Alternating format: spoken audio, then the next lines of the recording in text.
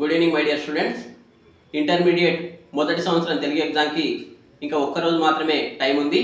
ఈ ఒక్క రోజులో మనం ఏమేం చదివితే 100కి 99 మార్కులు సాధించవచ్చో ఈ వీడియోలో ఎక్స్ప్లెయిన్ చేస్తాను. అలాగే ఇన్ని రోజులు చదవకుండా ఎగ్జామ్లో ఫెయిల్ అయ్యే అవకాశం ఉన్న వాళ్ళు ఎవరైతే ఉన్నారో ఈ వీడియోను కనుక ఖచ్చితంగా చివరి వరకు చూస్తే వాళ్ళు సుమారుగా 60 మార్కుల పైన సాధించవచ్చు. ఓకేనా? ఫెయిల్ అయ్యే ఛాన్స్ ఉన్న వాళ్ళు కనీసం 60 మార్కులు సాధించే అవకాశం ఉన్నది ఈ వీడియో చూడడం ద్వారా. అలాగే ఎవరైతే బాగా చదువుతారో వాళ్ళు తెలుగు సబ్జెక్టులో 100కి 99 మార్కులు సాధించే అవకాశము ఉన్నది.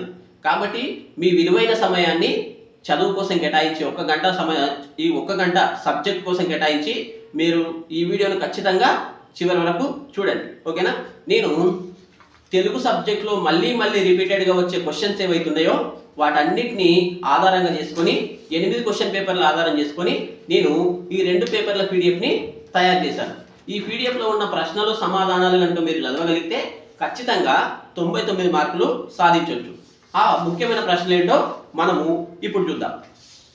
అయితే మొదట క్వశ్చన్ పేపర్ ఓపెన్ చేయగానే మనకు పద్యం పూరించి దాని భావం రాయండి అని అడుగుతారు. ఓకేనా? పద్యం రాసి భావం రాస్తే మనకు 6 మార్కులు. పాఠ్యాంశంలో ఉన్న అన్ని పద్యాలను చదవడం కన్నా క్వశ్చన్ పేపర్లో ఎగ్జామ్లో ఏవైతే వస్తాయో వాటిని మనం గట్టిగా నేర్చుకుంటే, అవి 2, 3 అయినా సరే వాటిని మనం గట్టిగా నేర్చుకుంటే ఖచ్చితంగా 6 మార్కులు సాధించే అవకాశం ఉంటుంది. కాబట్టి మీరందరూ ఏం చేయాలంటే ఈ ధనపతితో దరిద్రునకు అనే పద్యాన్ని మీరు కంపల్సరీగా నేర్చుకోవాలి. ఆ పద్యానికి భావం నేర్చుకోవాలి.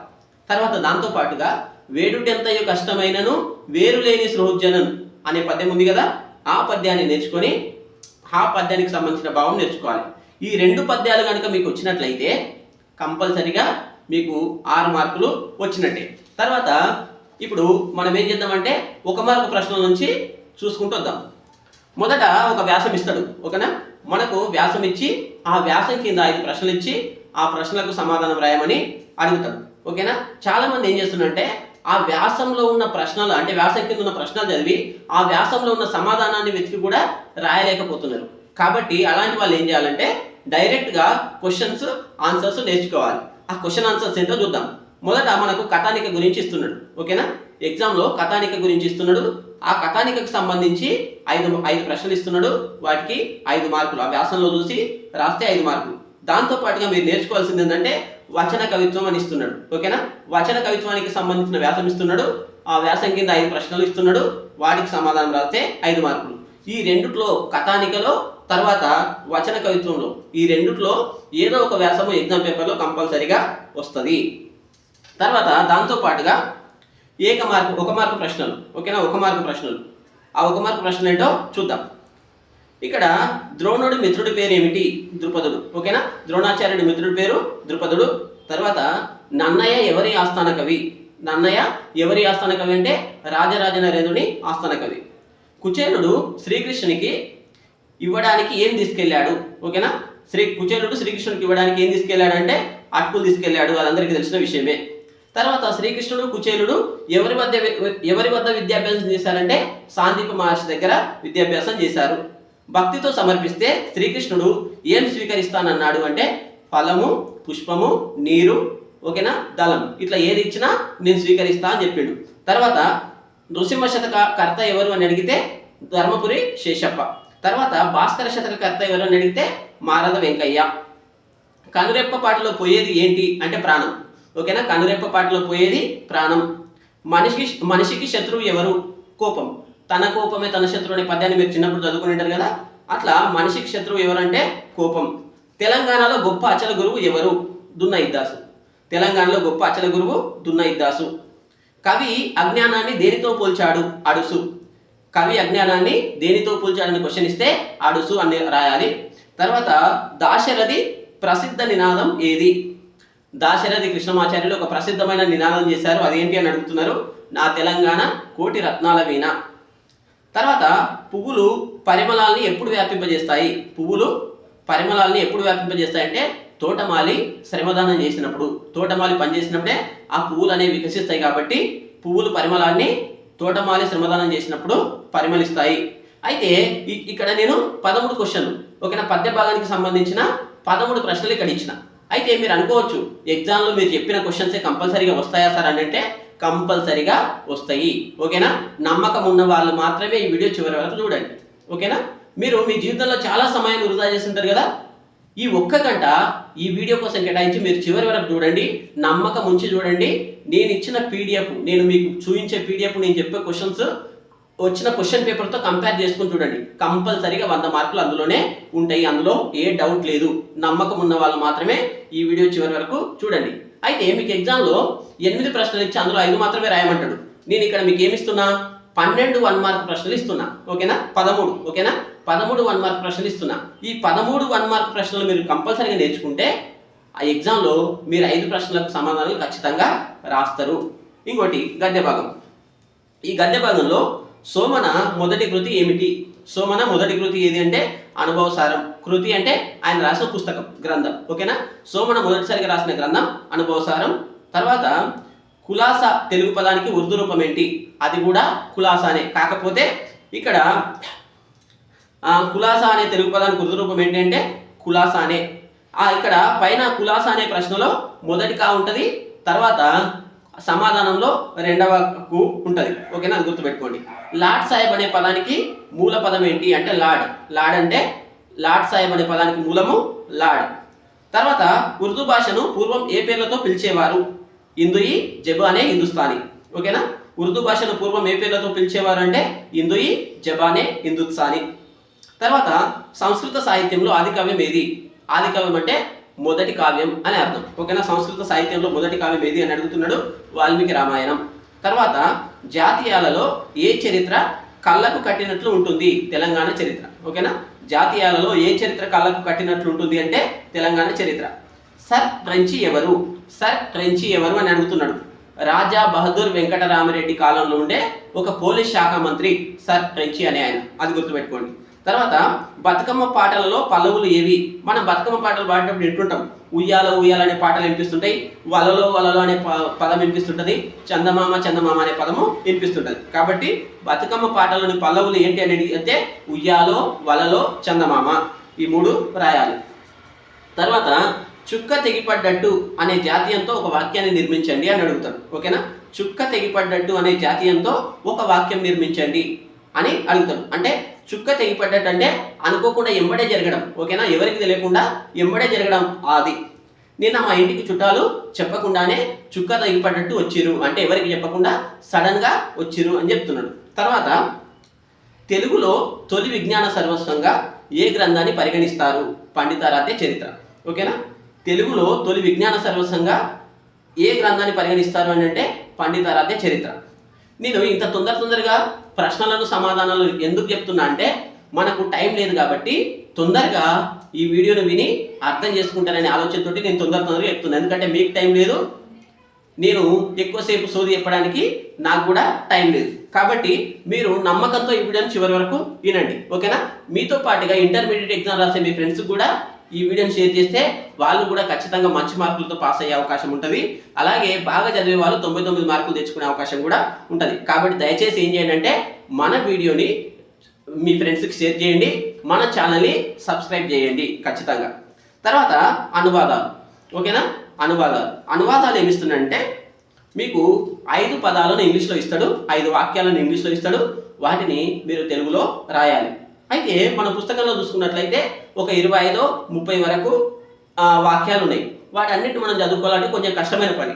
బాగా చదివే వాళ్ళు ఉంటే ఆ 30కి 30 నేర్చుకోండి, ఆ 25కి 25 నేర్చుకోండి. కానీ ఎవరైతే ఎక్కువ చదివి గుర్తుపెట్టుకోలేని వాళ్ళు ఉంటారో వాళ్ళు ఈ 10 మాత్రం, నేను చెప్పే ఈ 10 వాక్యాలు కంపల్సరీగా నేర్చుకోండి. ఈ 10 వాక్యాలు కంపల్సరీగా, 10 వాక్యాలలో 5 వాక్యాలు కంపల్సరీగా ఎగ్జామ్లో వస్తాయి. మీకు 5 మార్కులు వస్తాయి. అవేంటో చూద్దాం. Hours is a joint family.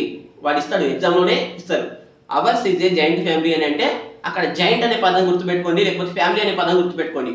Joint family అంటే ఉమ్మడి కుటుంబం. అదొక్కటి గుర్తుంటే చాలు మీకు. మాది ఉమ్మడి కుటుంబం. తర్వాత language is the dress of the thought. Thought అంటే ఆలోచన. ఇక ఆలోచన అనే పదంతో ఏ వాక్యం మొదలవుతుందో అదే ఆన్సర్. ఆలోచనకి తొడిగిన ఆహార్యమే భాష. తర్వాత a poor work man blames is tools. Tools అంటే పనిముట్లు. ఓకేనా? టూల్స్ అంటే పనిముట్లు కాబట్టి అది గుర్తుపెట్టుకుంటే పని చేత కాని వాడు పనిముట్లను నిందిస్తాడు, అది రాయాలి. తర్వాత don't judge book by its cover. ఓకేనా, don't judge book by its cover అంటే ముఖ చిత్రాన్ని చూసి పుస్తకాన్ని అంచనా వేయరాదు. ఓకేనా, మన ఒక వ్యక్తిని చూసి మనం ఆ వ్యక్తి మంచిగా చెప్తాడా లేదా, మంచిగా చదువుతాడా లేదా కానీ మనం చూడగానే చెప్పేయొద్దు. ఎందుకంటే ఎవరి టాలెంట్ వాళ్ళకు ఉంటుంది. కాబట్టి ఎవరిని కూడా చూడగానే అంచనా వేయొద్దు. వీళ్ళు మంచి వాళ్ళు చెడ్డవాళ్ళు, వీళ్ళు మంచిగా చెప్తారు మంచిగా చెప్పరు అని అంచనా వేయద్దు. ఇక్కడ కూడా ఏం చెప్తానంటే don't judge book by its cover, ముఖ చిత్రాన్ని చూసి పుస్తకాన్ని అంచనా వేయరాదు. తర్వాత ఐదవది ఏంటంటే I completed reading the book yesterday. Yesterday అంటే నిన్న, కాబట్టి నేను నిన్న పుస్తకం చదవడం పూర్తి చేశాను. ఇదే, నేను నిన్న పుస్తకం చదవడం పూర్తి చేశాను. మీరు ఎలాగైనా రాయొచ్చు. తర్వాత there is no substitute for hard work. There is no substitute for hard work అంటే కృషికి ప్రత్యామ్నాయం లేదు. కృషికి ప్రత్యామ్నాయం లేదు. A picture is a poem without words. Words అంటే పదాలు కదా, వర్డ్స్ అంటే పదాలు కాబట్టి మీరేం గుర్తుపెట్టుకోవాలి, పదాలు లేని పద్యమే చిత్రం. ఓకేనా, పదాలు లేని పద్యమే చిత్రం. A picture is a poem without words అంటే పదాలు లేని పద్యమే చిత్రం. Learn as if you life for ever అంటే ఎప్పటికీ జీవిస్తున్నాం అన్నట్లుగానే నేర్చుకోవాలి. Learn as if you life for ever ఎప్పటికీ జీవిస్తున్నాం అన్నట్లుగానే నేర్చుకోవాలి. తర్వాత imagination rules the world. Imagination ఊహాశక్తి. ఇమాజినేషన్ అంటే ఊహించుకోవడం. ఓకేనా, ఇమాజినేషన్ రూల్స్ ది వరల్డ్ అని అడిగినప్పుడు ఊహాశక్తి ప్రపంచాన్ని శాసిస్తుంది. ఊహాశక్తి ప్రపంచాన్ని శాసిస్తుంది. తర్వాత లాస్ట్ ఏంటంటే a journey of 1000 miles begin with a single step. ఓకేనా, a journey of 1000 miles begins with a single step. 1000 మైళ్ళ ప్రయాణమైన ఒక్క అడుగుతోనే ప్రారంభమవుతుంది. ఎన్ని వేల మైళ్ళు నడిచినా కూడా ఆ ప్రయాణం ఒక్క అడుగుతోనే ప్రారంభమవుతుంది. ఇక్కడ మీరు గుర్తుపెట్టుకోవచ్చు, సింగిల్ స్టెప్ అంటే ఒక్క అడుగు అని అర్థం. తర్వాత ఏ జర్నీ అంటే ప్రయాణం అని గుర్తుపెట్టుకోవచ్చు. ఇది కూడా చాలా ఈజీగా ఉన్నది. ఈ 10 కనుక మీరు నేర్చుకుంటే మీకు కంపల్సరీగా ఎగ్జామ్లో 5 మార్కులు వచ్చే అవకాశం ఉంటుంది.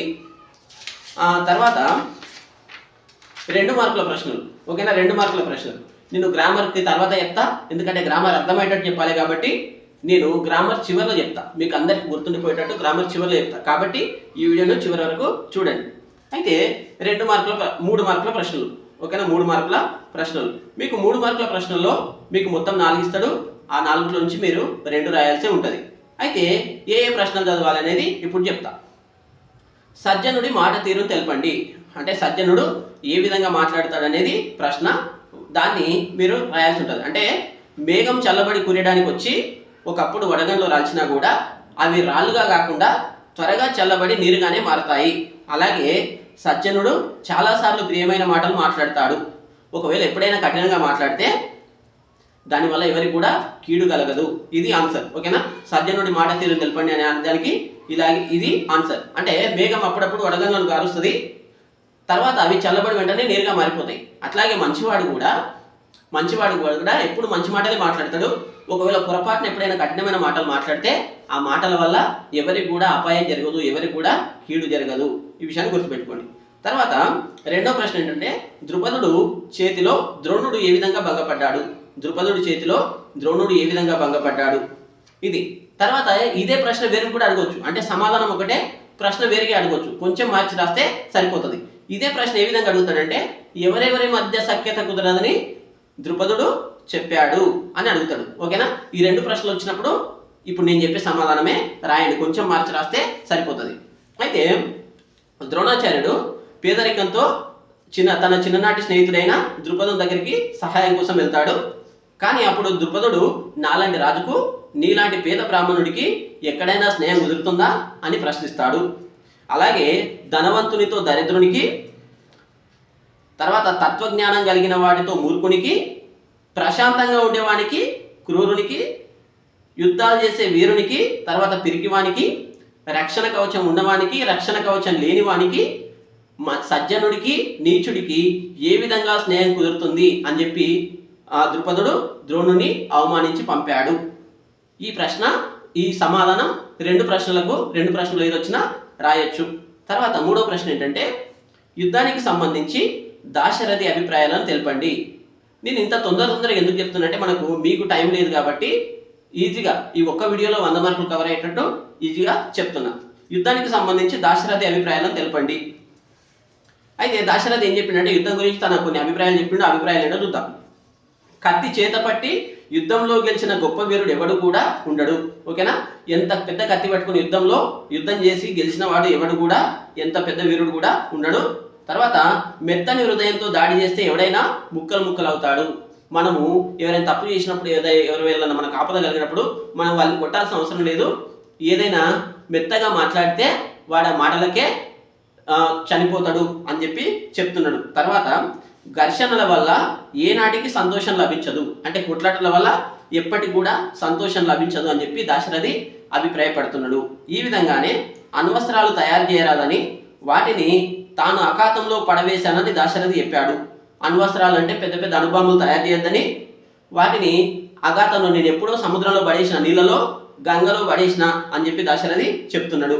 తర్వాత ఇంకో విషయం ఏం చెప్తున్నాడంటే అందరూ మానవుల మధ్య ద్వేషాలు ఉండరాదని, రాక్షసితోనైనా నేను స్నేహాన్ని చేస్తానని దాశరథి చెప్పాడు. దాశరథి ఏం చెప్తాడంటే అందరూ మనుషులే, ఈ మనుషుల మధ్య ఎప్పుడు కూడా ద్వేషాలు ఉండొద్దు.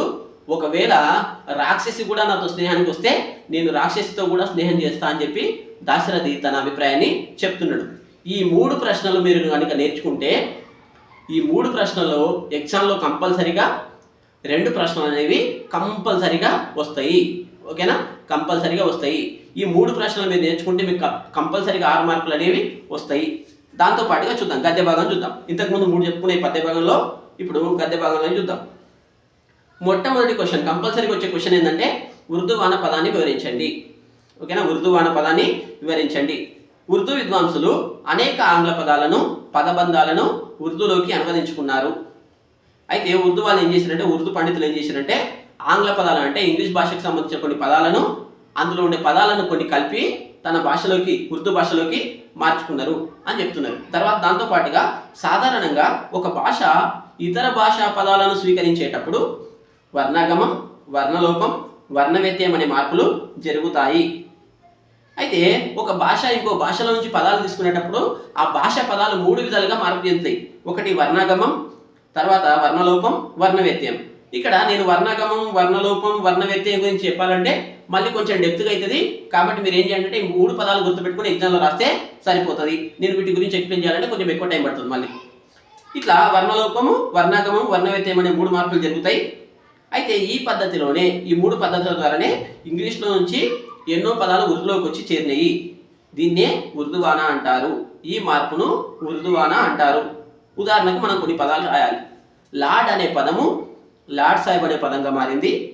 తర్వాత కమాండ్ అనే ఇంగ్లీష్ పదము కమాన్ అనే ఉర్దూ పదంగా మారింది. మ్యూజిక్ అనే ఇంగ్లీష్ పదము ముసికి అనే ఉర్దూ పదంగా మారింది.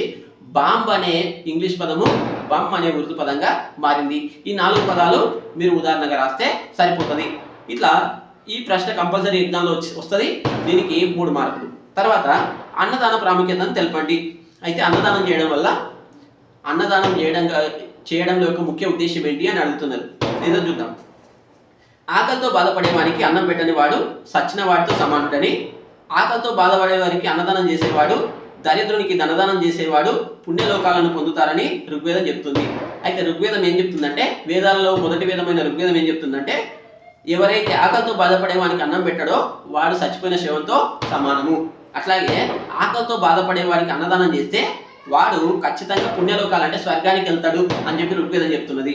తర్వాత అన్ని దానాల కన్నా అన్నదానమే గొప్పదని అన్ని గ్రంథాలు చెప్తున్నాయి. అన్ని మత గ్రంథాలు కూడా ఏం చెప్తున్నాయంటే అన్ని దానాల కన్నా అన్నదానం గొప్పది అని చెప్పి అన్ని గ్రంథాలు కూడా చెప్తున్నాయి.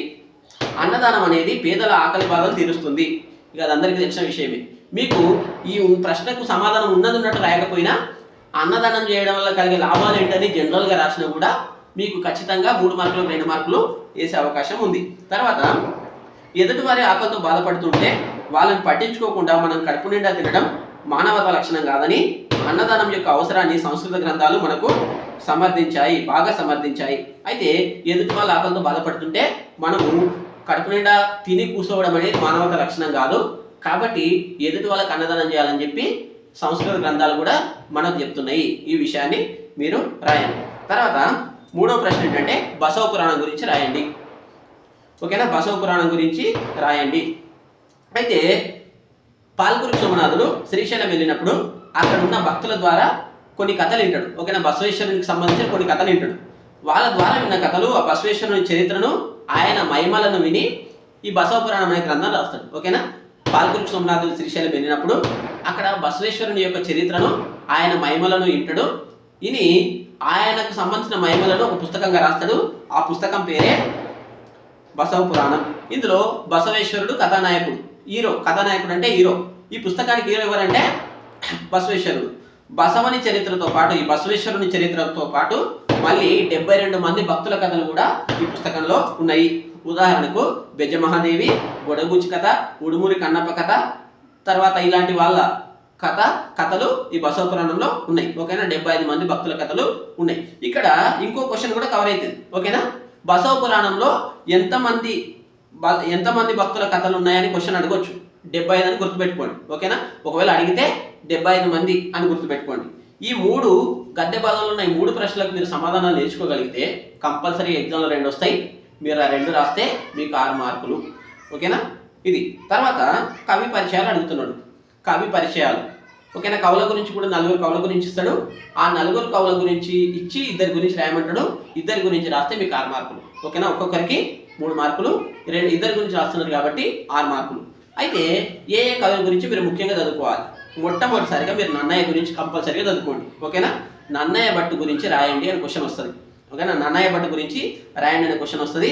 అప్పుడు మనం ఏమి రాయాలంటే జనరల్గా నన్నయ్య గురించి మొత్తం పెద్దగా వ్యాసంలోకి రాయకుండా కొంచెం షార్ట్గా, అంటే ముఖ్యమైన విషయాలను మాత్రమే మనం రాయాలి. అది మనం ఏం రాస్తామంటే, ఆది కవిగా పేరు పొందిన నన్నయ్య 11వ శతాబ్దానికి చెందినవాడు. ఈయన రాజరాజ నరేంద్రుని ఆస్థాన కవి. సంస్కృతంలో వ్యాసుడు రాసిన మహాభారతాన్ని తెలుగులోకి అనువదించాడు. అందులో ఆది పర్వం, సభాపర్వం, అరణ్య పర్వంలోని కొంత భాగాన్ని తెలుగులోకి అనువదించాడు అని రాయాలి. దీంతో పాటుగా ఆంధ్రశబ్ద చింతామణి, ఇంద్ర విజయము, చాముండిక విలాసము, రాఘవాభ్యుదయం అనే గ్రంథాలను కూడా రాశాడు. ఇక్కడ మనం జనరల్గా రాస్తున్నాం నన్నయ్య గురించి. నన్నయ్య 11వ శతాబ్దానికి చెందినవాడు. ఈయన రాజరాజ నరేంద్రుని ఆస్థాన కవి. సంస్కృతంలో వ్యాసుడు రాసిన మహాభారతాన్ని ఆది పర్వం, సభాపర్వం, అరణ్య పర్వంలోని కొంత భాగాన్ని తెలుగులోకి అనువదించాడు. దాంతో పాటుగా ఆంధ్రశబ్ద చింతామణి, ఇంద్ర విజయము, రాఘవాభ్యుదయము, చాముండిక విలాసం అనే గ్రంథాలు కూడా రాశాడు. ఇది రాస్తే మీకు కంపల్సరీగా 3 మార్కులు వస్తాయి. తర్వాత పోతన గురించి. ఓకేనా, పోతన గురించి కూడా చాలా ముఖ్యమైన ప్రశ్న ఇది. ఓకేనా, నన్నయ్య గురించి, పోతన గురించి మీకు కంపల్సరీగా వచ్చి ఉండాలి. మీకు ఈ 2 గురించి వచ్చి ఉంటే మీకు 6 మార్కులు వచ్చినట్టే. తర్వాత పోతన గురించి తెలపండి. అక్కడ నన్నయ్యని ఆది కవి అంటున్నారు, ఇక్కడ పోతనని సహజ పండితుడు అంటున్నారు. సహజ పండితుడిగా భక్త కవిగా పేరు పొందిన పోతన 15వ శతాబ్దానికి చెందినవాడు. ఓకేనా, పోతన 15వ శతాబ్దానికి చెందినవాడు. ఈయన వరంగల్ జిల్లా పాలకుర్తి తాలూకా బమ్మెర గ్రామంలో జన్మించాడు. వరంగల్ జిల్లా పాలకుర్తి తాలూకా బమ్మెర గ్రామంలో జన్మించాడు. వీళ్ళ తల్లిదండ్రులు లక్కమాంబ కేసన. ఇతని తల్లిదండ్రులు లక్కమాంబ కేసన. అయితే వ్యాసుడు సంస్కృతంలో రాసిన భాగవతాన్ని తెలుగులోకి అనువదించి రాశాడు. వ్యాసుడు సంస్కృతంలో భాగవతాన్ని రాస్తే ఆ భాగవతాన్ని తెలుగులోకి అనువదించి రాశాడు. దీంతో పాటుగా నారాయణ శతకం, వీరభద్ర విజయం, భోగిని దండకం పుస్తకాలను కూడా రాశాడు. ఓకేనా, నారాయణ శతకం, వీరభద్ర విజయం, భోగిని దండకం అనే గ్రంథాలను కూడా ఈయన రాశాడు. ఓకేనా, వీళ్ళిద్దరి గురించి మీకు కంపల్సరీగా వచ్చుంటే మీకు 6 మార్కులు వచ్చినట్టే. అయితే మనం గుడ్డిగా వీళ్ళిద్దరి గురించి నేర్చుకొని పోతే కష్టమవుతుంది కాబట్టి మనము అదనంగా ఇంకొక కవి గురించి కూడా మనము నేర్చుకోవాల్సి ఉంది. వాళ్ళు ఎవరో చూద్దాం. అయితే ఇక్కడ మళ్ళీ ఎగ్జామ్ పేపర్లో మళ్ళీ రిపీటెడ్గా వచ్చే క్వశ్చన్ ఏంటంటే రావి ప్రేమలత రచనలను తెలపండి. ఓకేనా, రావి ప్రేమలత గారి రచనలను తెలపండి. ఇక్కడ రచనలు మాత్రమే అడుగుతున్నాడు కాబట్టి మనము ఆమెకు సంబంధించిన రచనల గురించి రాస్తాము. అయితే రావి ప్రేమలత జానపద సిద్ధాంతాల నేపథ్యంలో స్త్రీ దృక్కోణాన్ని వివరిస్తూ జానపద విజ్ఞానంలో స్త్రీ అనే వ్యాసం రాసింది. ఓకేనా, జానపద విజ్ఞానంలో స్త్రీ అనే వ్యాస సంపుటాన్ని రాసింది. అంటే కొన్ని వ్యాసాలను కలిపి ఒక పుస్తకంగా రాస్తే అది వ్యాస సంపుటి అవుతుంది. కాబట్టి ఈమె జానపద విజ్ఞానంలో స్త్రీ అనే వ్యాస సంపుటాన్ని రాసింది. అలాగే తెలుగు స్త్రీల ముగ్గులపైన పరిశోధన చేసి తెలుగు స్త్రీల చిత్రలిపి అనే గ్రంథాన్ని రాసింది. తెలుగు స్త్రీల చిత్రలిపి అనే గ్రంథాన్ని కూడా రాసింది. కురుగంటి లక్ష్మితో కలిసి జానపద విజ్ఞాన పరిశీలనం అనే వ్యాస సంపుటిని రాసింది.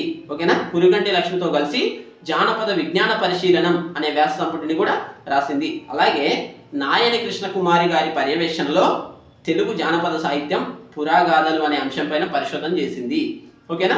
నాయని కృష్ణకుమారి గారి పర్యవేక్షణలో తెలుగు జానపద సాహిత్యం పురాగాథలు అనే అంశం పైన కూడా ఈమె పరిశోధన చేసింది. ఇవి 3 మార్కుల ప్రశ్నలకు. ఓకేనా. ఇక్కడ మీకు ఏం చెప్పినంటే 1 మార్కు ప్రశ్నలు చెప్పిన, దాంతో పాటుగా 3 మార్కుల ప్రశ్నలకు సమాధానాలు కూడా చెప్పిన. ఇప్పుడు మిగిలింది ఏంటంటే వ్యాసరూప ప్రశ్నలు అనేవి మనం తర్వాత చెప్పుకుంటాము. మనము ఇప్పుడు చెప్పుకోవాల్సిన అంశాలు ఏంటంటే ఫస్ట్ సమాసాల గురించి చెప్పుకుందాం. ఓకేనా. సమాసాల గురించి చెప్పుకుందాం. అయితే సమాసాలు మనకు మొత్తము 8 పదాలు ఇస్తాడు. ఆ 8 పదాల్లో మీరు 4 పదాలకు సమాసాలు రాయాల్సి ఉంటుంది. ఓకేనా. సమాసం, ఆ పదానికి సమాసం రాసి విగ్రహవాక్యం రాసి అది ఏ సమాసమో రాస్తే మనకు 2 మార్కులు. ఓకేనా. మనకు 4 రాయాల్సి ఉంటుంది కాబట్టి 4కి 8 మార్కులు. ఇందులో 1 మార్క్ కూడా మిస్ చేసుకోవద్దు. ఓకేనా. ఈ 4లో మీరు కంపల్సరీ 1 మార్క్ కూడా మిస్ చేసుకోవద్దు. మీరు 8 మార్కులకు 8 మార్కులు తెచ్చుకోవాలి. గ్రామరు చాలా ఈజీ ఉంటుంది కాబట్టి. ఇక్కడ ఎక్కువ సార్లు అడిగే ప్రశ్నలు నేను చెప్తున్నా. ఓకేనా. ఎక్కువ సార్లు పదాలు రిపీటెడ్గా అడిగేవే చెప్తున్నా. మీరు ఎగ్జామ్లో రాయాల్సిన 4 కాబట్టి నేను ఇక్కడ 9 పదాలు చెప్తున్నా. మీరు ఈ 9 పదాలను కనుక పర్ఫెక్ట్గా నేర్చుకుంటే మీరు ఎగ్జామ్లో 4 లేదా 5 రాయగలుగుతారు. ఓకేనా. ఈ విషయాన్ని గుర్తుపెట్టుకోండి. మొదట అస్త్రశస్త్రాలు. ఓకేనా. అస్త్రశస్త్రాలు ఈ పదాన్ని మనం విగ్రహవాక్యం ఎట్లా రాస్తామంటే అస్త్రములు శస్త్రములు. ఓకేనా. అస్త్రములు శస్త్రములు. తర్వాత దీని ముందు ఈక్వల్ టు పెట్టి ఇది ద్వంద్వ సమాసం అని రాస్తాం. అస్త్రములు శస్త్రములు ద్వంద్వ సమాసం. ఓకేనా. ఇందులో 2 పదాలు ఉన్నాయి కాబట్టి ఇది ద్వంద్వ సమాసం. అస్త్రములు అనే పదం ఉంది, శస్త్రములు అనే పదం ఉంది కాబట్టి ఇది ద్వంద్వ సమాసం. తర్వాత ఈ ద్వంద్వ సమాసానికి సంబంధించి ఇంకొక ఉదాహరణ ఉన్నది. ఏంటంటే తల్లిదండ్రులు. ఓకేనా. తల్లిదండ్రులు.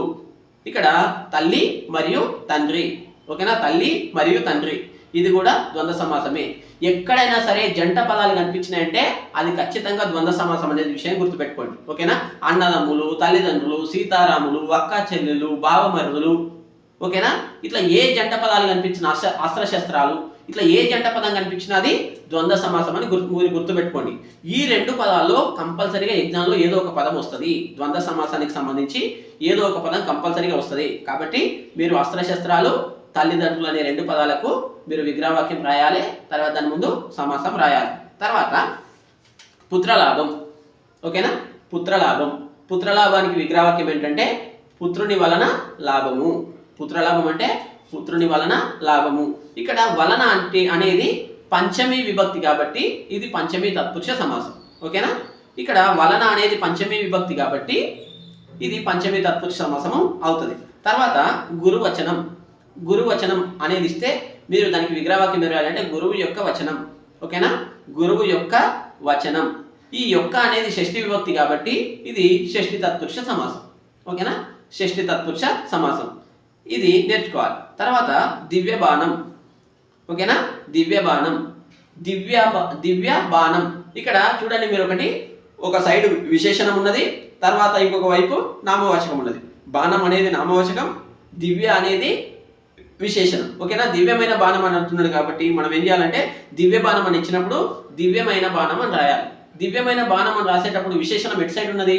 పూర్వ పదంగా ఉన్నది, అంటే మొదటి పదంగా ఉన్నది. కాబట్టి ఇది ఏమవుతుందంటే విశేషణ పూర్వపద కర్మధారయ సమాసం. ఓకేనా. దివ్య బాణం అంటే దానికి విగ్రహవాక్యం దివ్యమైన బాణం రాసి విశేషణ పూర్వపద కర్మధారయ సమాసం అని రాయాలి. తర్వాత శిథిల వస్త్రంబు. ఇది కూడా విశేషణ పూర్వపద కర్మధారయ సమాసానికి సంబంధించింది. విశేషణ మీ 2 ఉదాహరణలు కూడా విశేషం పూర్వపదంగా ఉన్నది కాబట్టి ఇది విశేషణ పూర్వపద కర్మధారయ సమాసం అవుతుంది. ఓకేనా. శిథిల వస్త్రము అంటే శిథిలమైన వస్త్రము. శిథిలమైన అంటే చిరిగిపోయిన. ఓకేనా. చిరిగిపోయిన వస్త్రము అనేది రాయొచ్చు, లేకపోతే శిథిలమైన వస్త్రము అనేది రాయొచ్చు. కాబట్టి దీనికి విశేషణ పూర్వపద కర్మధారయ సమాసం. తర్వాత సప్తరంగులు. ఓకేనా. సప్తరంగులు. సంఖ్యావాచకం ఎప్పుడైతే ఉంటుందో అది ద్విగు సమాసం అవుతుంది. ఓకేనా. సంఖ్యావాచకం మీకు ఎక్కడైనా నంబరింగ్ కనిపిస్తే అది ఖచ్చితంగా ద్విగు సమాసం అని మీరు గుర్తుపెట్టుకోండి. సప్త రంగులు అంటే సప్త సంఖ్య గల రంగులు లేదా 7 సంఖ్య గల రంగులు అని రాసినా సరిపోతుంది. ఇక్కడ సంఖ్యావాచకం ఉన్నది కాబట్టి ఇది ద్విగు సమాసము అవుతుంది. తర్వాత ఇక్కడ మీకు చెప్పేటప్పుడే నేను కంపల్సరీగా చెప్తున్నా. ఓకేనా. ద్వంద్వ సమాసానికి సంబంధించి 2 ఉదాహరణలు ఇచ్చిన. తర్వాత పంచమి 1, తర్వాత షష్ఠి 1, తర్వాత విశేషణానికి విశేషణ పూర్వపద కర్మధారయ సమాసానికి సంబంధించి 2 ఉదాహరణలు ఇచ్చిన. ఓకేనా? ఇవన్నీ ఎగ్జామ్లో కంపల్సరీగా వచ్చేవి, మీరు మరీ గుర్తుపెట్టుకోండి. ఈ ఎగ్జామ్లో కంపల్సరీగా వచ్చేవి. తర్వాత ద్విగు సమాసానికి సంబంధించి సప్తరంగులు అనే ఉదాహరణ ఇచ్చిన. ఇప్పుడు నై తత్పురుష సమాసం చూద్దాం. ఓకేనా? నై తత్పురుష సమాసం. నై అంటే ఏంటి? లేదు అని. ఓకేనా? ఏదైతే లేకుండా ఉంటుందో అదే నై తత్పురుష సమాసం. గుర్తుపెట్టుకోండి. అజ్ఞానం అంటే జ్ఞానం లేనిది, నై తత్పురుష సమాసం. అజ్ఞానం జ్ఞానం లేనిది, నై తత్పురుష సమాసం. అనామకం, నామకం అంటే పేరు కాబట్టి అనామకం అంటే పేరు లేనిది, ఇది కూడా నై తత్పురుష సమాసం. ఈ సమాసాలు కనుక ఇప్పుడు నేను చెప్పిన ఈ 9 పదాలు కనుక మీరు కంపల్సరీగా విగ్రహవాక్యం నేర్చుకొని దీనికి సమాసం నేర్చుకుంటే మీకు 8 మార్కులు అనేవి చాలా ఈజీగా వస్తాయి. నేను వీటన్నిటిని బోర్డు మీద రాసి ఎక్స్ప్లెయిన్ చేద్దాం అనుకున్నా, కానీ వీటన్నిటిని బోర్డు మీద రాసి ఎక్స్ప్లెయిన్ చేస్తే వీడియో చాలా లెంతీ అవుతుంది కాబట్టి నేను మీకు డైరెక్ట్గా చెప్తున్నా. తర్వాత సందులకు సంబంధించి నేర్చుకుందాం. సందులు. ఓకేనా? ఈ సందులకి 12 మార్కులు. ఓకేనా? మీకు 8 సందులు, సంధి పదాలు 8 ఇస్తాడు. మీరు అందులో నుంచి 4 రాస్తే ఆ 4కి ఒక్కొక్క దానికి 3 మార్కులు కాబట్టి మీకు 12 మార్కులు వస్తాయి. ఇక్కడ సందులు సమాసాలు మీరు పర్ఫెక్ట్ అయితే 20 మార్కులు వచ్చినట్టే. ఇక మీకు లేఖ రచనలో 5 మార్కులు అటు ఇటుకు వస్తాయి కాబట్టి అది 1 మార్క్ క్వశ్చన్లు అటు ఇటు రాసినా తెలుగులో పాస్ అవ్వడం చాలా ఈజీ. ఒకవేళ తెలుగులో ఎవడైనా ఫెయిల్ అయిందంటే వాడినంత దరిద్రుడు ఈ తెలంగాణలో ఇంకెవడు ఉండడు అని అర్థం. అదే అర్థం చేసుకోండి. ఇప్పుడు చూద్దాం. మనం తెలుగులో నేను చెప్పేది ఏంటంటే మీరు అందరూ పాస్ కావాలని కాదు, పాస్ అవ్వడం కాదు మనకు కావాల్సింది. తెలుగు సబ్జెక్ట్లో చాలా స్కోరింగ్ సబ్జెక్ట్ కాబట్టి ఎక్కువ మార్క్స్ తెచ్చుకునే అవకాశం ఉంటుంది. కాబట్టి నేను డైరెక్ట్ క్వశ్చన్స్ ఇస్తేనైనా వాళ్ళు 99 మార్కులు తెచ్చుకుంటారనే ఆలోచనతో ఈ వీడియో చేయడం జరుగుతున్నది. కాబట్టి ఖచ్చితంగా ఈ వీడియో లైక్ చేయాలి, సబ్స్క్రైబ్ చేయాలి, ఇంటర్ ఎగ్జామ్ రాసే మీ ఫ్రెండ్స్ అందరికీ కూడా షేర్ చేయాలి. ఇందులో నాకు ఎలాంటి స్వార్థం లేదు. మీరు అందరూ పాస్ అయితే చాలు అనే ఆలోచనతో, మీకు అందరికీ మంచి మార్కులు రావాలనే ఆలోచనతో ఈ వీడియో చేయడం జరుగుతుంది. కాబట్టి ఈ వీడియోని ఖచ్చితంగా చివరి వరకు చూడండి, మీ ఫ్రెండ్స్ అందరికీ షేర్ చేయండి. ఓకేనా? ఇప్పుడు సందులకు సంబంధించి చూద్దాం. సందులకు సంబంధించి మనం మొట్టమొదటిసారిగా మనకు గుర్తొచ్చే సంధి ఏంటంటే సవర్ణ దీర్ఘ సంధి. ఓకేనా? సవర్ణ దీర్ఘ సంధి. అయితే సవర్ణ దీర్ఘ సంధికి సంబంధించిన పదాలు చాలా ఉంటాయి, కానీ మనము వెరీ ఇంపార్టెంట్ అనిపించే పదాలు ఏవైతే ఉంటాయో మనం ఆ 2 పదాలను నేర్చుకుంటే కంపల్సరీగా ఎగ్జామ్లో వస్తాయి. ఒకటేమో జీవితాశ. ఓకేనా? జీవితాశ. వాడు ఎగ్జామ్లో జీవితాశ అని ఇస్తాడు. మనం ఏం రాయాలంటే క్వశ్చన్ నెంబర్ వేసి జీవిత ప్లస్ ఆశ అని రాసి ఈక్వల్ టు పెట్టి జీవితాశ అని రాసి మళ్ళీ ఈక్వల్ టు పెట్టి సవర్ణ దీర్ఘ సంధి అని రాయాలి. ఓకేనా? రాసి దాని కింద సూత్రం అని రాసి సూత్రం ఏంటో రాయాలి. ఆ సూత్రం ఏంటంటే చూద్దాం. ఆ ఈ ఊరులకు అవే అచ్చులు పరమైనప్పుడు వాటి దీర్ఘాలు ఏకాదేశం అవుతాయి. ఇది సవర్ణ దీర్ఘ సంధికి సంబంధించిన సూత్రం. ఒకవేళ ఇంత కొంచెము పర్ఫెక్ట్ రాసే వాళ్ళైతే ఇంకొక విధంగా కూడా రాయొచ్చు. ఆ ఈ ఊరులకు సవర్ణములైన అచ్చులు పరమైనప్పుడు వాటి దీర్ఘాలు ఏకాదేశం అవుతాయి అనేనా రాయొచ్చు. ఓకేనా? అయితే ఇంకొక పదం ఏంటంటే శాకాగ్ర. శాకాగ్ర అనే పదం వచ్చినప్పుడు మనము ఆ క్వశ్చన్ నెంబర్ వేస్తాము, బిట్ నెంబర్ వేసి క్వశ్చన్ నెంబర్ వేస్తాము. శాఖ ప్లస్ అగ్ర ఈక్వల్ టు శాకాగ్ర, మళ్ళీ దాని ముందు ఈక్వల్ టు పెట్టి సవర్ణ దీర్ఘ సంధి అని రాసి కింద సూత్రం రాస్తాం. ఆ ఈ ఊరులకు సవర్ణములైన అచ్చులు పరమైనప్పుడు వాటి దీర్ఘాలు ఏకాదేశం అవుతాయి, లేదా ఆ ఈ ఊరులకు అవే అచ్చులు పరమైనప్పుడు వాటి దీర్ఘాలు ఏకాదేశం అవుతాయి అని రాస్తే సరిపోతుంది. ఈ 2 కనుక మీరు నేర్చుకుంటే, ఈ సూత్రం నేర్చుకుని 2 పదాలను విడదీయ కనుక మీరు నేర్చుకుంటే మీకు 6 మార్కులు మీకు 3 మార్కులు వచ్చినట్టే. తర్వాత గుణసంధికి సంబంధించి చూద్దాం. గుణసంధికి సంబంధించి 3 ఉదాహరణలు ఇస్తున్నా. ఈ 3 ఉదాహరణల్లో కంపల్సరీగా ఏదో ఒక పదం ఎగ్జామ్లో ఉంటుంది. నేను కంపల్సరీగా వస్తుంది అని ఎందుకు చెప్తున్నా అంటే కంపల్సరీగా వస్తాయి కాబట్టి చెప్తున్నా. ఇదంతా నేను ఈ పీడిఎఫ్లో ఉన్న విషయాలన్నీ మీకు చెప్పిన తర్వాత మీరు నోట్స్లో రాసుకొని కానీ ఎగ్జామ్ అయిపోయినాక కానీ మళ్ళీ ఒకసారి క్వశ్చన్ పేపర్ కంపేర్ చేసుకొని చూసుకోండి. నేను చెప్పినవి కంపల్సరీగా ఎగ్జామ్లో ఉంటాయి, అది గుర్తుపెట్టుకోండి. నమ్మకం ఉంటే మాత్రమే ఈ వీడియోని చివరి వరకు చూడండి. ఒకవేళ నమ్మకం లేకపోతే ఈ వీడియో స్కిప్ చేయండి. ఓకేనా? గుర్తుపెట్టుకోండి. తర్వాత ఇప్పుడు గుణసంధికి సంబంధించి చూద్దాం. గుణసంధికి సంబంధించి నిఖిలోర్వి అనే పదం ఇస్తాడు, మహోగ్ర అనే పదం ఇస్తాడు, విద్యోపదేశం అనే పదం ఇస్తాడు. ఈ 3 పదాలు కంపల్సరీగా ఏదో ఒక పదము వస్తుంది. నిఖిలోర్వి, మహోగ్ర, తర్వాత విద్యోపదేశము అనే పదము వస్తుంది. అయితే నిఖిలోర్వి అనే పదాన్ని ఎట్లా విడదీయాలో చెప్దాం. నిఖిలా ప్లస్ ఉర్వి. ఓకేనా? నిఖిలా ప్లస్ ఉర్వి, నిఖిలోర్వి. ఇది గుణసంధి అవుతుంది. మనం ఏం చేయాలంటే నిఖిలా ప్లస్ ఉర్వి అని రాసి ఈక్వల్ టు పెట్టి నిఖిలోర్వి అని రాసి దాని ముందు ఈక్వల్ టు పెట్టి గుణసంధి అని రాయాలి. దీనికి సూత్రం ఏంటంటే అకారమునకు ఈ ఊరులు పరమైనప్పుడు క్రమంగా ఏఓఆర్లు ఏకాదేశం అవుతాయి. ఓకేనా. అకారమునకు ఈ ఊరులు పరమగునప్పుడు క్రమంగా ఏఓఆర్లు ఏకాదేశం అవుతాయి, ఇది రాయాలి. తర్వాత మహోగ్రాన్ని ఇచ్చినప్పుడు మహా ప్లస్ ఉగ్ర, ఓకేనా. మహా ప్లస్ ఉగ్ర, దానికి కూడా ముందు మహా ప్లస్ ఉగ్రాన్ని రాసి మహోగ్రాన్ని రాసి మళ్ళీ దాని ముందు ఈక్వల్ పెట్టి గుణసంధి అని రాస్తాం. దాని కింద సూత్రం రాస్తాం. అకారమునకు ఈ ఊర్లు పరమైనప్పుడు క్రమంగా ఏఓఆర్లు ఏకాదేశం అవుతాయి అని రాస్తాం. తర్వాత విద్యోపదేశంలో కూడా విద్య ప్లస్ ఉపదేశము ఈక్వల్ టు విద్యోపదేశము ఈక్వల్ టు గుణసంధి, ఇదని కూడా సేమ్ సూత్రం రాస్తాం. ఈ 3 పదాలు కనుక మీరు కంపల్సరీగా నేర్చుకుంటే, ఈ 3 పదాలను విడదీయడం నేర్చుకొని సూత్రం కనుక నేర్చుకుంటే మీకు కంపల్సరీగా 3 మార్కులు అనేవి వస్తాయి. ఈ విషయం గుర్తుపెట్టుకోండి. తర్వాత యనాదేశ సంధికి సంబంధించి 2 ఉదాహరణలు చూద్దాం. యనాదేశ సంధికి సంబంధించి 2 ఉదాహరణలు చూద్దాం.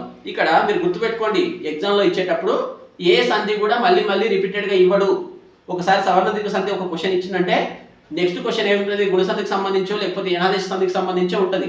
అంటే ఒక్కొక్క సంధిలో ఒక పదాన్ని మాత్రమే ఇస్తాడు. అందుకే నేను ఎగ్జాంపుల్స్ 2-3 ఇస్తున్నా. సో ఇవి పర్ఫెక్ట్గా నేర్చుకోండి. తర్వాత యనాదేశ సంధి. యనాదేశ సంధికి ఉదాహరణలు ఏంటంటే, ఒకటి స్వాగతం, తర్వాత అణువస్త్రము, ఓకేనా. ఒక పదం స్వాగతం, తర్వాత రెండవది అణువస్త్రము. అయితే స్వాగతం అనే పదం ఇచ్చినప్పుడు ఏం చేయాలంటే సు ప్లస్ ఆగతం అని రాయాలి. సు ప్లస్ ఆగతం ఈక్వల్ టు స్వాగతం, దాని ముందు ఈక్వల్ టు పెట్టి యనాదేశ సంధి అని రాస్తాం. తర్వాత అణువస్త్రం అనే పదం ఇచ్చినప్పుడు అణు ప్లస్ అస్త్రము ఈక్వల్ టు అణువస్త్రము ఈక్వల్ టు యనాదేశ సంధి అని రాస్తాం, ఓకేనా. ఇట్లా రాసి కింద మనము ఉదాహరణ సూత్రం అని రాయాలి, ఓకేనా. ఇది ఉదాహరణ. అణు ప్లస్ అస్త్రము ఈక్వల్ టు అణువస్త్రము ఈక్వల్ టు యనాదేశ సంధి, కింద సూత్రం అని రాస్తాం. ఆ సూత్రం ఏంటంటే, ఈ ఊరులకు అసవర్ణములైన అచ్చులు పరమైనప్పుడు క్రమంగా యావారాలు ఆదేశమగును అని రాయాలి, ఓకేనా. ఈ ఊరులకు అసవర్ణములైన అచ్చులు పరమగునప్పుడు క్రమంగా యావారాలు ఆదేశమగును అని రాయాలి, ఆదేశమవుతాయి అని రాయాలి, ఓకేనా. ఇట్లా రాస్తే ఈ 2 పదాలు నేర్చుకుని విడదీసి సూత్రం కనుక మీరు రాస్తే కంపల్సరీగా 3 మార్కులు అనేవి వస్తాయి. తర్వాత దాంతో పాటుగా ఇంకొకటి చూద్దాం. సరళ దేశ సంధికి సంబంధించి చూద్దాం, ఓకేనా. సరళ దేశ సంధి. ఇక్కడ సరళ దేశ సంధికి ఉదాహరణ ఏంటంటే వాళ్ళు గన్నులు, ఓకేనా. వాడు ఇచ్చేది ఏంటంటే వాళ్ళు గన్నులు అని ఇస్తాడు, ఓకేనా. వాళ్ళు గన్నులు అని ఇస్తాడు, గుర్తుపెట్టుకోండి. మధ్యలో వస్తుంది, వాళ్ళు గన్నులు అని ఇస్తాడు.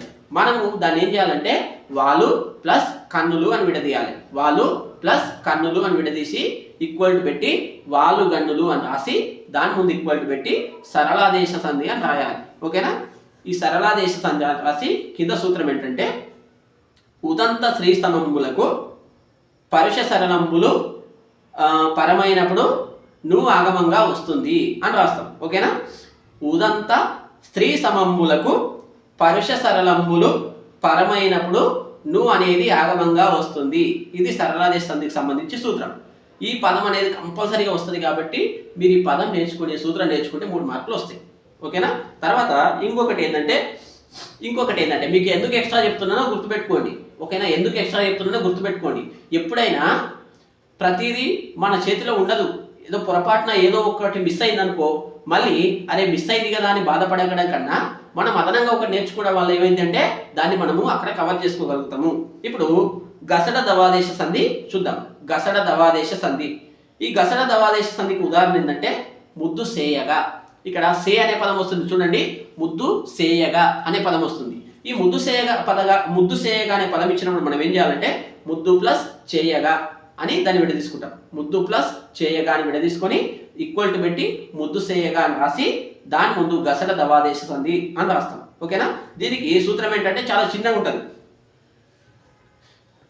ప్రథమ మీది పరుషములకు గసడ దవలు బహుళంగా వస్తాయి, గుర్తుపెట్టుకోండి. ప్రథమ మీది పరుషములకు గసడ దవలు బహుళంగా వస్తాయి, ఇదే సూత్రం. ఈ పదాన్ని విడదీయడం ఎంచుకొని సూత్రం నేర్చుకుంటే 3 మార్కులు వస్తాయి. కాబట్టి మనం ఏం చేయాలి, సందులు సమాసాలు పర్ఫెక్ట్గా నేర్చుకుంటే మనకు 20 మార్కులు వస్తాయి. ఈ విషయాన్ని గుర్తుపెట్టుకోండి. తర్వాత మిగిలిన ఏంటంటే లేఖారచన, ఓకేనా. లేఖారచన. ఈ లేఖారచన గురించి మీకు కొన్ని విషయాలు తెలిస్తే చాలు, ఓకేనా. లేఖారచన గురించి మీకు కొన్ని విషయాలు తెలిస్తే చాలు. మీరు లేఖ అనేది మీ సొంతంగా రాయాల్సింది, ఓకేనా. మీ సొంతంగా మీ అభిప్రాయాన్ని రాయాల్సింది. ఇక్కడ ఒకసారి చూడండి, తల్లిదండ్రులకు అంటే మీరు కళాశాలకు అంటే మీ కళాశాల నుండి విహారయాత్రకు వెళ్ళిన విహారయాత్ర గురించి మీ తల్లిదండ్రులకు లేఖ రాయండి అని అడుగుతారు. అంటే మీ కాలేజ్ నుంచి ఒక టూర్ పోయారు, ఆ టూర్ గురించి వివరిస్తూ మీ తల్లిదండ్రులకు లేఖ రాయండి అని చెప్పి లేఖ ఇస్తాడు, క్వశ్చన్ ఇస్తాడు. అయితే మనం టూర్ దగ్గర పోయి ఏమేం చేసినాం, ఏమేం తిన్నాం, ఎట్లెట్లున్నాం అనే విషయాలను మీకు తోచింది రాయొచ్చు. ఓకేనా? రాస్తే మీకు మార్కులు అనేవి వేస్తాడు. కానీ లేఖ రచనలో కొన్ని నియమాలు ఉంటాయి. ఆ నియమాలను మీరు పాటిస్తే కంపల్సరీగా మీకు 5 మార్కులకు 5 మార్కులు పడతాయి. ఏంటంటే చూద్దాం, ఇక్కడ గుర్తుపెట్టుకోండి. అయితే లేఖా రచన అనేది మీరు ఎగ్జామ్ పేపర్లో ఒక్క పేపర్లో మాత్రమే ఉండాలి. అంటే ఒక్క పేపర్లో మాత్రమే రాయాలి. ఇక్కడ పైన కొన్ని క్వశ్చన్స్ రాసి సగం పేపర్ మిగిలింది కదా అని చెప్పి లేఖా రచన ఇక్కడ సగం నుంచి మొదలుపెట్టి ఇక్కడ కొంచెం రాసి మళ్ళీ ఇంకొక పేజీలో సగం రాసి అట్లా రాస్తే మార్క్స్ రావు. గుర్తుపెట్టుకోండి, లేఖా రచన అనేది ఒక పేజీలోనే ఎండ్ అవ్వాలి. తర్వాత ఆ పేజీలో ఎలాంటి వేరే ప్రశ్నలు కానీ సమాధానాలు కానీ ఉండొద్దు. ఇది విషయం గుర్తుపెట్టుకోండి. లేఖా రచన అనేది సపరేట్ ఒక పేజీలోనే ఉండాలి. అప్పుడు పేజీ ఇట్లున్నది అనుకుంటే మనం ఏం చేయాలి, ఆ పేజీకి ఇటు సైడ్, ఓకేనా, ఆ పేజీకి ఇక్కడ మనం ఫస్ట్ టైం రాస్తామంటే మనం ఏ ప్లేస్లో నుంచి అయితే లేఖ రాస్తున్నామో ఆ ప్లేస్ రాస్తాం. ఉదాహరణకు మీ కాలేజ్ పేరు రాయండి. మీ కాలేజ్ ఏ ఊళ్ళో ఉందో ఆ ఊరు రాస్తారు. ఇప్పుడు మా కాలేజ్ పెద్దెముల్లో ఉంది కాబట్టి మేము ఏం చేస్తాం, పెద్దెములు అని రాస్తాం.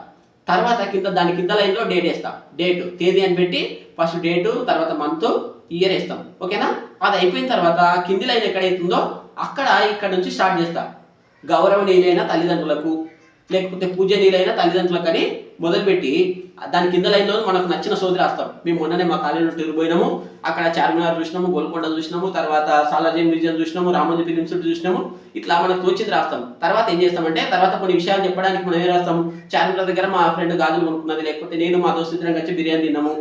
ఇట్లా కొన్ని విషయాలు రాసి ఇంట్లో ఉన్న అందరిని అడిగినా అని చెప్పు, మిగిలిన విషయాలు ఇంటికి వచ్చి చెప్తా అని చెప్పి లెటర్ అనేది ముగిస్తాం. ముగించిన తర్వాత ఆ లేఖ ఎక్కడైతే ఎండ్ అవుతుందో ఆ కింది లైన్లోనే ఇటు సైడ్, ఓకేనా, ఇది మొత్తం పేపర్ అనుకుంటే ఇటు సైడ్ ఇట్లు మీ ప్రియమైన కుమారుడు లేకపోతే మీ ప్రియమైన కుమార్తె అని పెట్టి దాని కింద మీ పేరు రాస్తాం. మీ పేరు ఏదో ఉంటే ఆ పేరు రాస్తాం. ఆ పేరు ఎండ్ అయిన లైన్ ఏదైతే ఉందో ఆ లైన్కి ముందు లైన్, ఆ లైన్కి కింది లైన్లో ఇటు సైడ్, ఓకేనా, ఇటు సైడ్ చిరునామా అని పెడతాం. చిరునామా అని పెట్టి ఫస్ట్ మీ ఇంటి నంబర్, ఓకేనా, 1-1 అంటే మీకు ఏది వస్తే అది రాయండి. 1-1 తర్వాత దాని కింద గ్రామము, ఆ గ్రామం పక్కన మండలము, ఆ మండలం కింద లైన్లో జిల్లా, తర్వాత రాష్ట్రము, ఆ తర్వాత లాస్ట్లో పిన్ కోడ్ నంబరు. ఓకేనా? ఇట్లా ఈ ఫార్మాట్లో, ఇదే ఫార్మాట్లో కనుక మీరు లెటర్ రాస్తే మీకు కంపల్సరీగా 5 మార్కులు వస్తాయి. మధ్యలో రాసే సోదంతా మీకు నచ్చింది రాస్తారు. కానీ ఇక్కడ ఎక్కడెక్కడ ఏమేమి రాయాలని గుర్తుపెట్టుకొని రాస్తే మీకు 5 మార్కులకు 5 మార్కులు వస్తాయి. అయితే మనము ఇప్పటి వరకు ఏం చెప్పుకున్నామంటే 1 మార్కు ప్రశ్నలు చెప్పుకున్నాం. తర్వాత వ్యాసం ఇస్తే అందులో వ్యాసం నుంచి ప్రశ్నలు ఇస్తాడు, వాటి గురించి చెప్పుకున్నాం. అనువాదాల గురించి చెప్పుకున్నాం. తర్వాత సందులు, సమాసాలకు సంబంధించిన విషయాలు చెప్పుకున్నాం. తర్వాత లేఖా రచన గురించి చెప్పుకున్నాం. అలాగే 3 మార్కుల ప్రశ్నలు, పద్య భాగం, గద్య భాగం, తర్వాత కవుల గురించి చెప్పుకున్నాం. ఓకేనా? ఇవన్నీ మీరు కనుక పర్ఫెక్ట్గా నేర్చుకుంటే, ఓకేనా, ఇవన్నీ నేర్చుకుంటే మీకు ఎన్ని మార్కులు కవర్ అవుతాయి అని అంటే ఒకసారి చూద్దాం.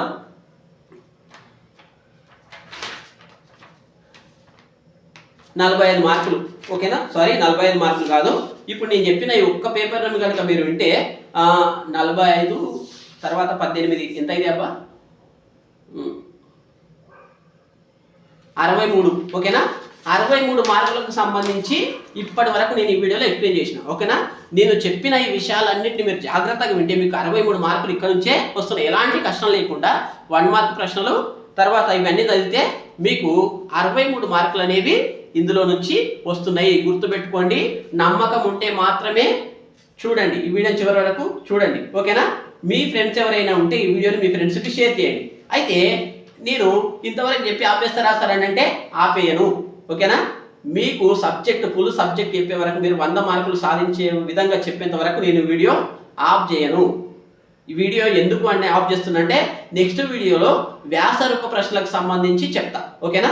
వ్యాసరూప ప్రశ్నలకు సంబంధించి, సందర్భసేత వాక్యాలకు సంబంధించి, అలాగే ఉపవాచకం నుంచి ఏ ప్రశ్నలు వస్తాయి అనేది చెప్తా. అయితే ఈ వీడియో ముగించకన్నా ముందు మీకు చెప్పాల్సిన ఇంకా 2 విషయాలు ఉన్నాయి. ఏంటంటే ఇంకొకటి ఏంటంటే ఇక్కడ మీకు వ్యాసం ఇస్తాడు. ఓకేనా?